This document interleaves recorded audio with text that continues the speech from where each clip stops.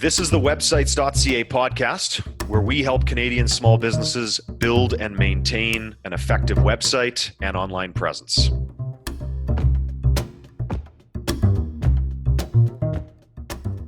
Hello, Canadian website owners. This is Sean Corbett. And I'm Ryan Desmarais. Today, we're going to talk about cybersecurity and dealing with trolls on a website. So this topic was actually a question that was sent from a listener.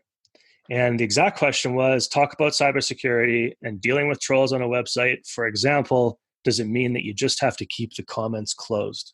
So really, Ryan, I think it's a question in two parts. So we'll tackle it separately. Let's start with security. What are your thoughts on website security? Website security comes up often. I talk to prospects and customers about it regularly. What people don't know is that website intrusion or fraudulent activity on small business websites is an extremely rare thing. We host over 1,000 websites across Canada, and with us, the last time we had a security breach was 2 years ago, and it happened on one website. And then before that, it maybe was 5 years ago, where there was actually a real security issue with the website. And on the internet, it's blown, as the press and the internet likes to do. They like to blow certain things out of proportion. Website security for a small business shouldn't be a massive concern, in my opinion.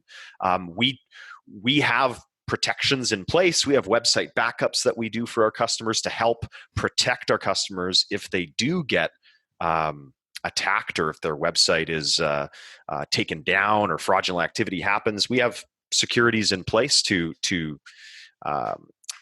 fix a problem if a problem happens. But my 2 cents, and it's so very rare that it actually happens. People think that it happens regularly, or that they're going to be the victim of a website security breach, when it happens so very rarely, especially in the small business world. Yeah, and I also want to clarify too, when we're talking about a security issue with a small business website, we're not talking about like they penetrated your bank account and it's, they've defrauded you or whatever. Usually what happens is some kind of malware gets added to your website so that it puts a stupid ad on it without you knowing about it. Probably it's like a hacker who wants to generate clicks to their affiliate program or something. Mm-hmm. Sometimes it's just a trickster who just wants to make your website look like garbage and, mess it up. Sometimes your website goes down. So like you said, Ryan, there's not a lot of it anyway on a small business website. And then when it does happen, the damage is mostly just embarrassing and annoying. It's not, hackers got into the FBI and now you have to change all your information because they have your birth date and your social security and blah, blah, blah.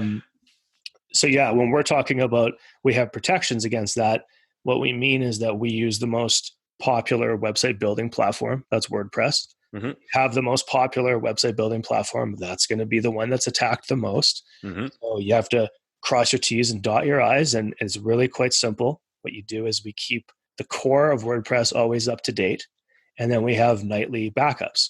So that's what I'm saying is we're not protecting your credit card information, because for our small businesses, they don't keep credit card information of their buyers on their site. So what we're just protecting is the fidelity of your website updates. If the site, crashes or goes down or whatever, those nightly backups, you just flick that on, solves that problem. Because you have a managed WordPress host like we have, it is always sort of patching and fixing and attacking bugs or cracks that might appear in the WordPress platform. Mm-hmm. So would you say that's pretty much what our service covers, and people don't even have to worry about it from that point on? Exactly. And if I could just elaborate briefly about the most recent time that we had an actual intruder in our customer's website. They did go in and they installed some malware on the website. Again, this was about 1.5 years, 2 years ago. And as soon as the solution for this problem was very quick. Once we realized there was an intrusion, we were able to go in, shut off the website temporarily, restore the website back to a previous version that was prior to the website intrusion, because of our nightly backups that we do on our WordPress websites. And Turn the website back on within the matter of an hour or two. The website was back up and running without the malware installed. And then obviously we run through a password reset process and try and figure out, how did that intrusion happen and make sure it doesn't happen again. But it is something that can be dealt with fairly promptly once, if it does rear its ugly head.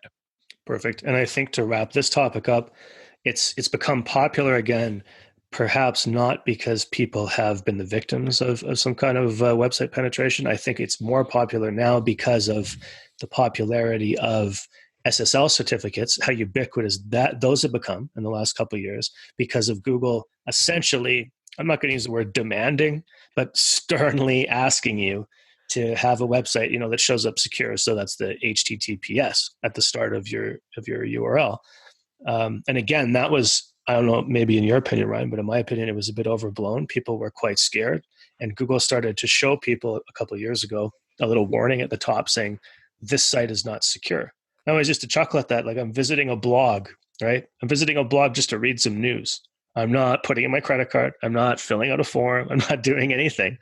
And Google's telling me this site is not secure.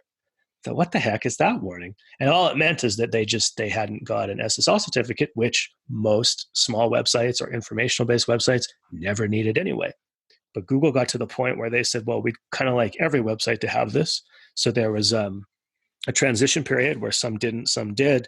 Providers like us would figure it out and be able to put a basic level security certificate on every website.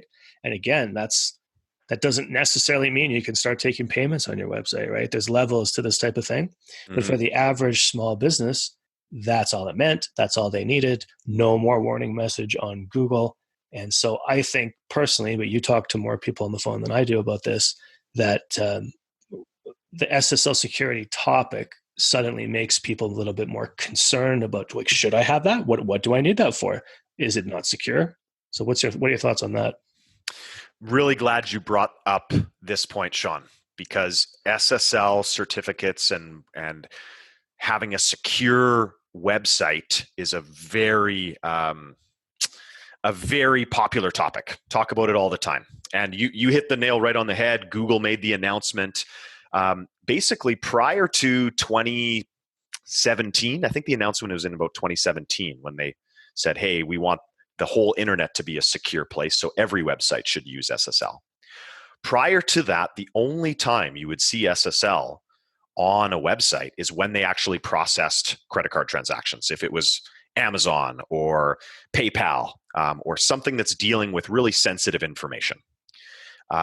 After that announcement that Google made, everybody sort of hurried to follow suit. And I think the reason why that really took off was because Google also said with that announcement that, oh, by the way, websites that utilize SSL security will get a slight ranking boost on the search engines. So that, I think, really accelerated everybody being like, okay, well, people like to be on the top of Google. And if you're already ranking well, you want to keep those high ranks. So adding that SSL certificate definitely stirred the hornet's nest a little bit on the topic of website security. But what people need to know, yes, should you have SSL on your website in 2020? Yes, you should. It's something that Google has made as a standard, but is it entirely necessary for your website to be safe to visit and browse? In my opinion, no, it's not, because for a small business website, the chances of you being redirected to a different website that's trying to steal your information is so low, so few and far between, that it's, and also almost all the browsers now will warn you if you're looking at an unsecure website. And that's really what, for people that aren't in the know of what SSL security does, is it essentially provides a private connection between you and the website host. So you're actually looking at the website you're supposed to look at. Where if you don't have SSL, potentially a hacker or spammer could be redirecting you to a website that looks like the website you're trying to get to, but it could be on a different server somewhere and linking you to malware or something bad. But again, the actual rates of this happening on a small business scale are so low that it's not something that everybody should be overly concerned about. Yeah. So if you're, let's say you're on the other side of the fence, you're just a customer and you're Yes. browsing the internet. Mm-hmm. You can just exercise some common sense. If you're looking up a local company and the local company website shows up with a little notation in Google saying not secure, and again, it's not a big warning screen. Like sometimes there's sites that are actually compromised and you get a big warning screen from Google and you try to click on them. I'm just talking about when you go visit the website itself, right by the address bar, there'll be a little warning. I mean, use your common sense. If it's giving you a phone number because you want to call an emergency plumber, or you want to order a pizza, right? It seems all up and up. If you go to what looks like a local business website and it's asking you to, enter in your kid's last name or your kid's first names and when they were born and your social insurance number and your birthday and all that kind of stuff, yeah, maybe be a little concerned. Like unless you're applying for a mortgage online, probably don't need to enter that kind of information. So you just use some common sense if you're on the customer side of things. If you're on the business owner side of things and you're wondering about your website, you just to sort of apply everything we've already talked about. You should probably get an SSL certificate. Most website providers have them. Like all of our competitors probably have them too. I would hope. Yes. So it's not like we're super unique or special in doing that. It's just that's become the new baseline. So any decent website provider is going to do it without you having to ask. So it's not even, you don't even really have to worry about it unless you have a super old site, or a provider you can't get in touch with and you're not sure. Then maybe you should look into it for what Ryan said for the ranking factors and all this other stuff. For sure. Cool. So going on to the second part of her question, which was about online trolls. I have a lot of opinions on this, but I'd like to hear your thoughts first, Ryan. Online trolls. A funny topic, scary topic at the same time. Really, my 2 cents on online trolls is this. Number one, you'll never avoid, just like internet spam, you'll never completely avoid internet trolls. They're just out there. They exist. And we got to learn to live with them. And my second piece of advice is never feed the trolls. If somebody leaves a negative review about your business or somebody's trolling you, they want to get a reaction out of you. That's their whole purpose for existing. And when they get the reaction out of you, they win. So my advice with trolls, if and when they do happen, again, it's not for a small business, it's a rare thing that doesn't happen often. But when it does happen, it's something that don't feed the trolls. That's my advice. Don't give them what they want. And to follow up on her comment, because she had given us a bit more, she was saying, does it mean you have to keep the comments closed? So I assume she's talking about blog comments. But for the sake of this discussion, let's talk about them all. Blog comments, social media comments, online reviews. To clarify, when Ryan and I are saying troll, we don't mean an honest bad review. So if you're in business long enough, eventually you're going to get an honest bad review. I mean, I suppose there's some businesses that just have a perfect record, and that's awesome. But I know, we deal with enough people that have we been perfect in the 10,000 phone calls we've done over the last 15 years or whatever. Probably there was one day when I had a head cold or something and I was short with somebody and they might have left a 2.5 or 3 out of 4 stars instead of 4-star review, right? Mm-hmm. So we're not talking about an honest, less than perfect review. You have to own those ones. You have to respond to those ones. You apologize, you make it right, show the community that you're willing to talk to them and work on it and all that kind of stuff. So like Ryan said, we're talking about people who are deliberately trying to mess with you, deliberately trying to get a rise out of you, or maybe they're just a hater. We have had some customers that we helped them set up their Google My Business account, and we explained that they should try to get more Google reviews. And then one of their competitors went on using a fake name and left a 1-star review. Mm-hmm. And it was like a nightmare review, right? And they got really mad and things like, well, you got to contact Google and try to get it removed, I guess. But anyway, it's going to happen. Like Ryan said, it's going to happen. So you should deal with it. Mm-hmm. I have 3 sort of different ways. You can definitely ignore them. Like Ryan said, don't feed the trolls. Another interesting thing about ignoring, so if it's a blog comment or a social media comment, I actually think you should welcome almost every comment you get. Because if you take the time to write a blog post, you take the time to write a social media post, like they say, right? All press is good press. Who cares if one person wants to come on and say something negative? Typically, the positives will outweigh the negatives. So it's just one more comment. And Google actually likes, Facebook actually likes to see a post with engagement. So even if it's a negative comment, Facebook's still going, or Instagram's still going, or whatever, is saying, oh, okay, this post is getting a lot of comments. Maybe I should show it to more people. Now, again, in my example, I'm assuming that you wrote something that wasn't stupid. If you wrote something that was stupid or incorrect or unhelpful, why did you write it in the first place? So you're going to, for sure, people are going to call you out. I don't think that's trolling. But anyway, but if you write something that's helpful and normal and nice, and someone comes on there and tries to get a rise out of you, you could ignore it, because probably your super fans, your best customers, are going to go on and defend you, and you don't have to say a thing. And you'll see this with a lot of celebrities, by the way, right? So people love to hate on celebrities online. You know, your hair looks stupid, or you suck at singing, or you blew it in the last hockey game, or whatever. It's not like that hockey star is on Twitter answering people. He's got an army of 10,000 super fans attacking that troll immediately.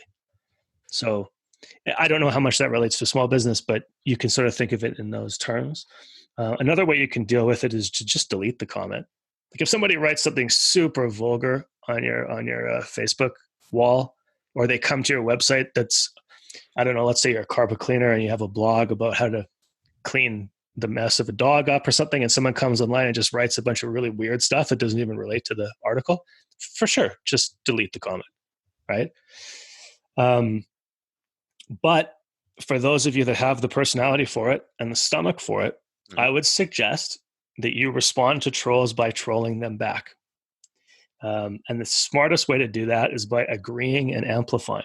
So if someone says, you know, you are, they came into your bakery and they didn't, you know, and they said, this is the worst bakery in Winnipeg and they're stuck up, and I just wanted a 10-cent donut and they wanted to sell me $6 eclairs. And like, basically the person just makes it obvious that they're a cheapskate and they're upset that anyone would ever make a premium product. And it's a clear troll. Like, it's not a bad review. Your staff treated them nice. You just happen to have higher prices or something like that.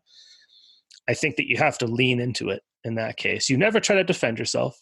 You never try to insult the troll. You don't say, well, you're a broke ass and you can't afford my croissants. You don't say that, because that makes you look like a jerk, obviously. But, you know, you could lean into it. And one of the ways of doing that, one of my favorite marketing teachers, Ben Settle, likes to teach you about using trolls as testimonials. So you take the troll comment, you repeat it to people as if it's a badge of honor, and then you build a sale or a promotion around it. So in the stuck up bakery example, you know, you could have a weekend sale. Come and try the Too Good For You donuts, right? Or the Toffee Nose donuts, or whatever it is, right? Like, yeah, this is the most expensive and most exclusive croissant in town, as noted by this online troll. And then you put his comment. So I realize that a lot of people listening are never going to do that. They'll think it's crazy. But for those of you that plants an idea in your brain, you need to have some fun online. You need to have some fun running your business. Like, it's hard enough every day. If someone's going to troll you and you see an opportunity there, especially if other people are watching, like I said before, all press is good press. Take that troll comment, run with it, have some fun with it. Just don't get bitter. Don't attack the person personally. And you can actually drum up quite a bit more engagement and new audience and new customers from it. Love the perspective, Sean. That's awesome. And yeah, I mean, every industry is different, and every industry is going to have sort of their own tolerance for your replies. So obviously, take what we're saying with a grain of salt with your industry, because maybe, you know, replying if you're let's say a psychologist or something like that, or in a more sensitive industry, you maybe want to take your reviews and your trolls a little more sensitively. But exactly, the bakery example is a perfect idea. If you're a happy-go-lucky type of bakery owner, absolutely feel free to lean into those reviews. I think that's an awesome way to look at it. And my final 2 cents on the topic is, try not to take the internet or trolls too seriously. There's lots of I've had many conversations with customers that have, really taken a negative review or, um, a weird feedback from trolls on their blogs personally, and they get really upset about it. And I understand that, but at the same time, it's an unavoidable aspect of the internet and life. And the best thing you can try and do is just, let it roll off the shoulders and move forward with your day. Yeah, you have to have a thick skin. I mean, nobody is owed a good reputation. Mm-hmm. And there's always going to be some bonehead out there who wants to get a rise out of you or who's just a negative person or whatever. Yes. That actually brought to mind, Ryan, this is funny. So about once a year, we go out to a cheap Chinese buffet style dinner. Mm-hmm. Like you just get the hunger for it, you go and do it, and then you go, oh, that wasn't very good, and then it takes about a year for you to build it up back again. And again, no offense if somebody eats Chinese buffet once a week. I'm just, for me, it's about a once a year type of craving. And so we were looking at online reviews for the Chinese buffets in our city. And just to give you business owners some perspective here, a lot of, we all like, Ryan basically runs websites.ca. I've been involved with them for a long time. I have other businesses that I consult and market for, and we always get inside our own heads. And often we fail to look at things from the point of view of our customers. And as I was going to look for the best Chinese buffet in town, whatever that means, I was reading reviews online. And every single place had a review that said, dirtiest place in town, never eat there. The cheap food. They try to fill you up on the cheapest stuff. And I'm thinking, well, that's every Chinese buffet is like that. I went into a Chinese buffet and the fan wasn't dirty. I would think it was some honeypot operation. Like it wasn't a real place. So, most of us, when we're customers, we exercise quite a bit of common sense. We look at the two best reviews and we say, probably the owner's son wrote those, and we look at the two worst reviews and say some crazy person or the competition wrote that. Mm-hmm. And so, yeah, when you talk about troll comments and online stuff, like Ryan said, you get so wrapped up in it because it gets so personal. But if you take a step back and think, like, no one cares, no one's even barely reading it, and the people who do read through, like in my example, I just chuckle at those comments, and I know this is not a helpful comment to me as a customer, and I move on to something that's detailed and helpful. Mm-hmm. Right? I'm not looking necessarily it could be positive or negative, but people aren't dumb. We can tell when it's a troll comment most of the time. We don't take it personally. We don't think that troll is saying the truth, and we just kind of move on with our lives. So that's the cost of doing business online. 100%. Last thing with this topic, just to kind of fully answer her question, mm-hmm. was, should you turn the comments off? So we're talking about blog posts and should you allow people to comment on your blog posts? I'll throw it over to you after, Ryan, but my opinion is no, I don't think you should block the comments. I think you should monitor the comments. And Ryan can explain how with websites.ca we have plugins set up so that it catches most of the spam comments, because you do get some spam comments just like you would with a form on your website. Mm-hmm. Our plugin catches most of those. So really you just monitor the comments for the one or two that sneak through. You delete those. And like I said earlier, you want to allow the most amount of comments because Google likes that signal as a ranking factor. I don't know if it's exactly a ranking factor, but they say that they look at it as a signal. If lots of people are commenting on your blog. So yeah, you might want to take one or two weird ones or negative ones. But what it does mean is you can't put this on autopilot. So if you're going to take the time to write a blog post, also take the time to monitor and approve or disapprove or delete your comments. And I agree with Sean. Disabling comments on your blog should be a last resort, because interaction on your website, however that may come, whether it's through blog comments, whether it's through social media shares, whether it's through backlinks from other websites, any kind of interaction on your website is good in our perspective. And blog comments, if you get that troll comment in there, one troll comment and 10 helpful comments, leave it in there. And again, unless it's really weird or distasteful or something, the nice thing about blog comments is you have the ability to purge or remove comments that don't fit your narrative. But I would say last resort, turn your comments off, because a blog is something that should be open for communication. But I completely agree that it requires your attention, because if you're the type of person to post a blog post and not want to look at the website, not want to look at comments, that sort of thing, then I would say, look, you're probably better off disabling your comments, because if somebody leaves a comment, they're going to expect it. They're going to expect to see it on the website the next time they come back. And if they don't see it, then they might say, oh, well, are you not checking the website regularly? That sort of thing. So yeah, as a last resort, turn the comments off. Or if you prefer to be a little more hands-off with the website, you don't want to check into comments or open up that discussion, then turn it off. But from an overall perspective, it is a good idea to start those conversations and open the doors for conversations on your website. Agreed. One more thing. If you're not satisfied with your current website or the service you get from your provider, you can switch to websites.ca for free and get a great support team behind you. Just visit business.websites.ca. That's BUSINESS.websites.ca, or email Ryan directly at ryan@websites.ca. Well, it's been a good chatting with you again this week, Ryan, and we'll catch you next time. Thanks for listening, guys. Catch you next time.